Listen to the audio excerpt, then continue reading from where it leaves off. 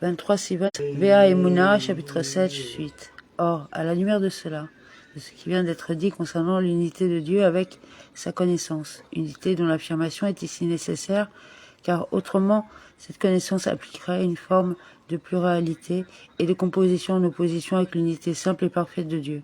On peut comprendre l'erreur commise par certains, sages à leurs yeux, que Dieu leur pardonne, puisque l'expiation est aussi requise en cas de faute involontaire, qu'on errés se sont trompés dans leur étude des écrits du Harizal, en comprenant de manière littérale la doctrine d'Itsitsum qui y est mentionnée. Les écrits du Harizal expliquent qu'initialement, avant la création, la lumière infinie de Dieu emplissait toute l'existence. Il n'y avait donc pas d'espace libre pour la création de mondes finis. La création est devenue possible grâce au Tsitsum. Dieu a retiré sa lumière infinie et a ainsi permis au monde de venir à l'existence. Mais comment faut-il comprendre ce retrait du divin? Selon l'interprétation traditionnelle, le divin ne se retire pas. C'est la lumière dans sa dimension infinie qui n'est plus révélée. Cette occultation de la lumière divine infinie permet l'expression du Kohar Agvul, le pouvoir de l'imitation du divin et la création des mondes finis. Cependant, d'aucuns comprirent ce retrait de manière purement littérale, à savoir que Dieu a retiré son être et essence à Dieu ne plaise de ce monde. Mais seulement il veille d'en haut d'une providence individuelle sur tous les êtres créés qui sont dans le ciel en haut et sur terre en bas. Selon eux, la providence divine s'exerce individuellement, mais d'en haut, c'est-à-dire selon l'image à laquelle il recourt, à la manière d'un roi qui, depuis son palais, projette son regard vers l'extérieur, là où lui-même est absent. Or, outre le fait qu'il est absolument impossible d'appliquer la doctrine du Tsitsum dans son sens littéral, qui relève d'un phénomène corporel à Dieu ne plaise, qui en est séparé par des myriades de séparations à l'infini. La notion de retrait au sens littéral de présence et d'absence, c'est-à-dire le fait de se trouver ou non dans un espace donné, relève des propriétés des corps qui ne sauraient en aucune manière être appliquées au divin. Ils ne parlent pas non plus avec raison dès lors qu'ils sont croyants, fils de croyants. Et à ce titre, ils croient que Dieu connaît tous les êtres créés de ce bas monde et qu'il exerce sa providence sur eux.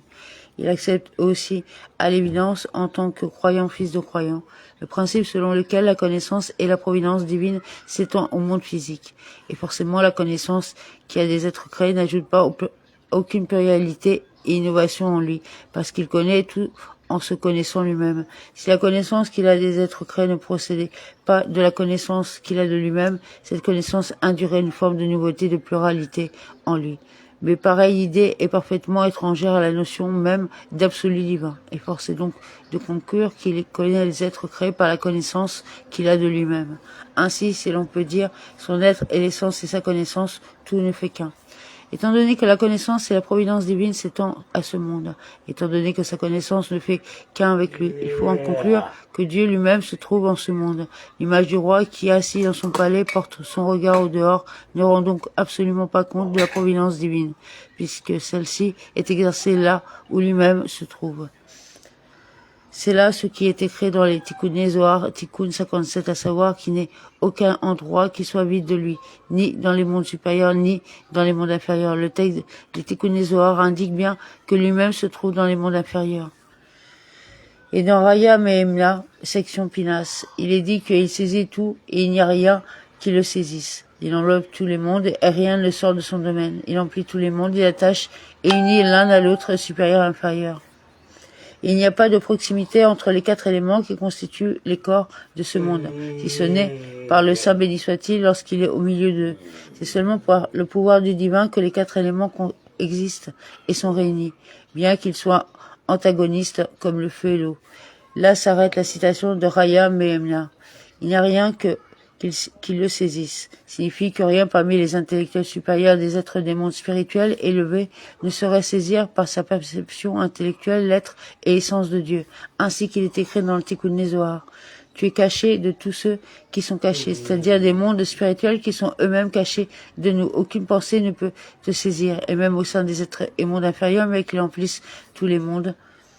Ce n'est pas comme l'âme de l'homme qui se revêt à l'intérieur de son corps, qui est saisie à l'intérieur du corps au point qu'elle est affectée et qu'elle subit des changements relatifs au corps et souffrance des coups qu'il reçoit du froid, de la chaleur, du feu ou ce qui est semblable. Il n'en va pas de même pour Dieu qui, bien qu'il emplisse tout, ne subit aucun des changements de ce monde, de l'été à l'hiver, du jour à la nuit. Ainsi qu'il est écrit, même la pénombre ne fait pas obscurité devant toi et la nuit brille comme le jour. Parce qu'il n'est absolument pas saisi à l'intérieur des mondes bien qui les emplissent. Amen.